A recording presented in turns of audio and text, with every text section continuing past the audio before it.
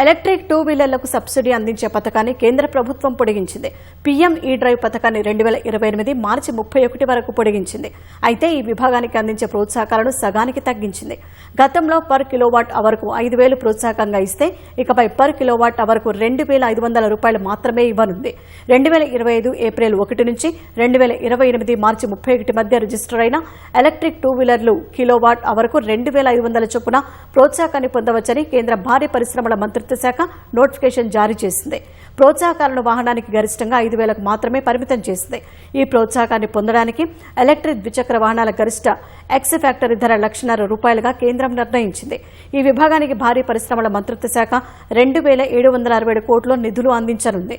2024లో April 1 నుంచి అమలు చేస్తున్న పీఎం ఈ డ్రైవ్ పథకం కింద వివిధ విభాగాలకు 11,900 కోట్లను కేంద్రం కేటాయించింది.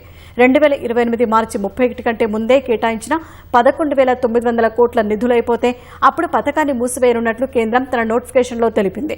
సబ్సిడీ క్లెయిమ్లను సమర్పించడానికి చివరి తేదీని 2027 డిసెంబర్ 31గా కేంద్రం నిర్ణయించింది.